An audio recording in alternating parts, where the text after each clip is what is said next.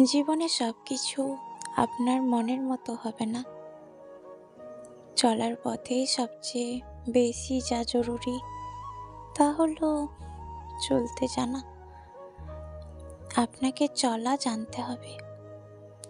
সবাই আপনার মতো বা আপনার মনের মতো হবে না, তবুও তাদের সাথে কিভাবে চলতে হয় তা জানতে হবে।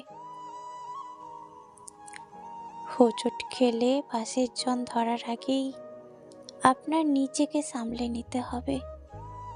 কোনোভাবেই কারোর উপর নির্ভরশীল হওয়া যাবে না। যে আশ্বাস মানুষ আপনাকে দিবে, সে আশ্বাসে পুরোপুরি আস্থা রেখে দিলে আশাহত হওয়ার সম্ভাবনাটাই বেশি থাকে।